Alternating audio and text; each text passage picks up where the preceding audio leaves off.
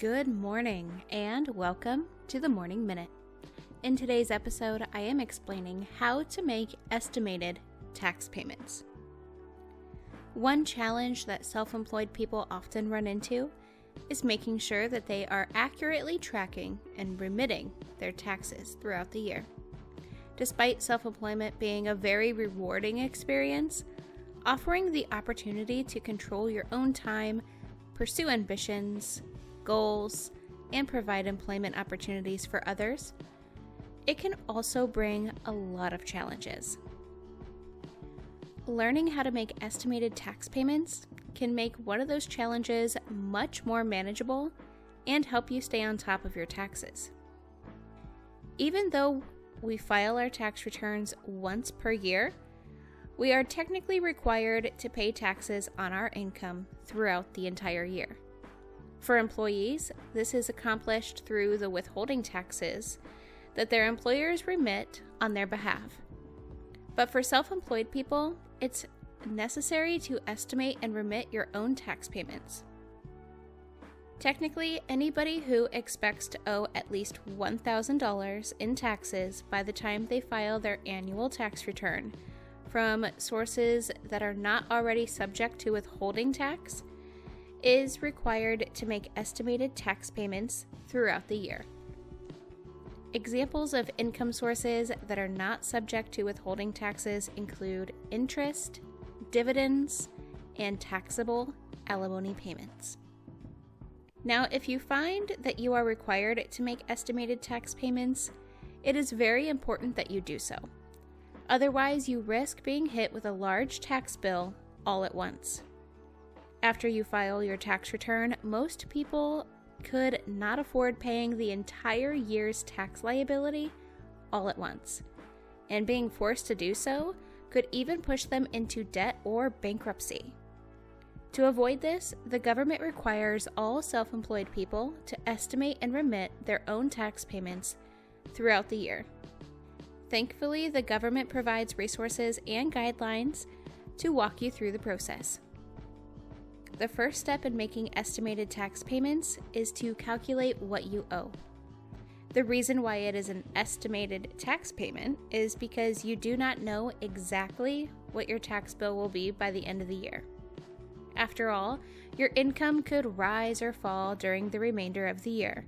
For this reason, self-employed people will typically use their previous year's income as a starting point, and then do their best to estimate what their income tax will be based on their current rate of earnings and any credits or deductions that might apply. For example, if a gig worker typically works 4 hours a day doing deliveries, they might project their income and their tax liability based on that same workload. If they decide later to work less hours, they would then update their estimate the next time they file. The schedule of when you file your estimated tax payments is set out by the Internal Revenue Service, or the IRS. Now, the schedule of when you want to file your estimated tax payments is always available on the IRS's website, irs.gov. The procedure for actually calculating your taxes is described in Form 1040-ES, Estimated Tax for Individuals. As the name implies, this form provides all of the necessary information for self-employed people to estimate their taxes, as well as additional information such as payment deadlines, government support hotlines, and special exceptions. The form also includes a detailed worksheet that self-employed people can use to calculate their taxes line by line, while factoring in any appropriate income tax deductions or credits. Typically, this calculation is relatively straightforward as long as you have kept accurate records of your income and expenses, such as by using accounting software like QuickBooks Online. On the other hand, if your records are disorganized, it may be necessary to hire a bookkeeper to help you accurately calculate your income. If the latter is the case, make sure you plan ahead and give adequate time so that you don't miss any of the future deadlines. Now, once you have determined your income and estimated tax liability, there are many ways for you to pay. The IRS provides several methods for payment, which are printed on the 1040-ES form. These include paying through your IRS online account, paying by check, paying over the phone, paying by credit card, or paying through an online banking portal. Now, there is even a mobile application called IRS To Go with its own payment options. Now, what happens if you can't afford to pay your estimated amount? Generally speaking, it is a good idea to pay as much as you can, even if you are not able to pay the entire amount of the estimated tax liability.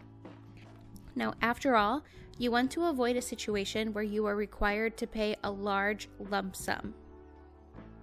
By paying as much as you can throughout the year, you will minimize your tax risk.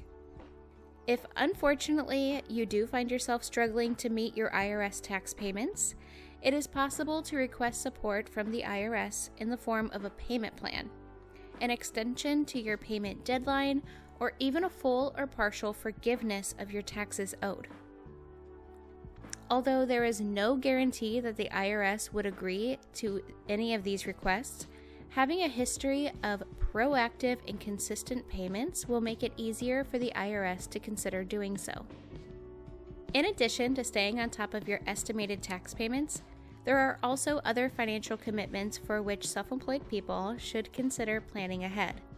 Although individual circumstances will vary, it may be wise to allocate a portion of your income each month to a retirement savings, life insurance, or longer-term financial goals, such as buying a house or paying for college. In doing so, there are many resources that can be helpful, ranging from free online educational resources to professional financial planners. Now, another question is, are estimated tax payments only relevant if you are self-employed? The answer to this question is no. You may still need to make estimated tax payments even if you are not self-employed. This can occur in cases where you receive a relatively large portion of your total income from sources that are not subject to tax withholding, such as dividends or interest. Form 1040-ES provides full and up-to-date guidelines that you can use to determine whether or not you are required to pay estimated taxes. The bottom line, although there is certainly a learning curve involved, being self-employed can be a deeply rewarding experience, both personally and financially. Developing the right habits when it comes to your taxes and other financial commitments is a great step towards getting the most out of what self-employment can offer. As always, don't forget to share your thoughts on today's Morning Minute in the comments below, and leave a rating and review if you are tuning in on a podcast platform.